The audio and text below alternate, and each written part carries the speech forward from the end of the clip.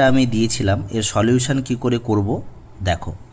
আমরা এটার একটা ফর্মুলা জানি, এর ফর্মুলা কি হয় অলরেডি তোমরা জেনে এসছো, যে যখন ফ্যাক্টরাইজ করি তখন আমরা এই ফর্মুলাটা ইউজ করি, সেটা হচ্ছে A square plus B square plus C square minus A B minus B C minus C A, তাই তো?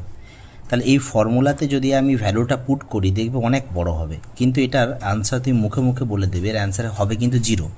তাহলে আমি কিভাবে করলাম অত শর্টকাটে দেখো, এটার যদি আমি একটু বাই 2 করি তাহলে এখানে দেখো তো কী হবে, 2 দিয়ে মাল্টিপ্লাই করছি, এখানে বাই 2 করেছি, তাহলে এটা হবে দেখো 2x square 2b square 2c square sorry 2c square minus 2ab minus 2bc আর মাইনাস 2ca, এটাই হবে।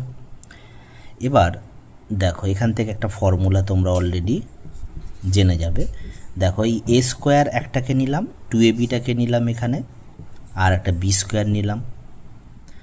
আচ্ছা, এখানে দেখো একই রকম এ স্কোয়ার আরেকটা নিলাম, 2ca নিলাম, একটা সি স্কোয়ার নিলাম। আবার দেখো সি স্কোয়ার বিসিটা, আচ্ছা বি স্কোয়ার নিলাম মাইনাস 2bc নিলাম, সি স্কোয়ার নিলাম। দেখো বেসিক্যালি কি হচ্ছে যে এই এ স্কোয়ারটাকে 2a স্কোয়ারটাকে দুটো পার্ট করলাম, দেখো এটার ভ্যালু সেম।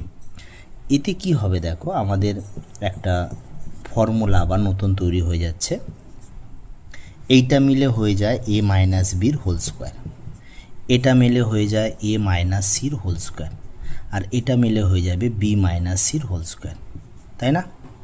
হয়তো ব্যাস এটা যখন হয়ে গেছে, এবার তুমি পরিষ্কার দেখতে পাচ্ছ তোমরা যে 999 মাইনাস 999 করলে 0 হবে না এর ভ্যালু, একই রকম এর ভ্যালুও 0, এর ভ্যালুও 0, তাই তো? তাহলে দেখো 3টে জিরোর অ্যাড করলে 0ই হয়, তাহলে a plus B plus C by 2 যাই থাক না কেন, তাহলে 0 যদি আমি মাল্টিপ্লাই করি এর অ্যান্সার কী হবে, 0ই হবে।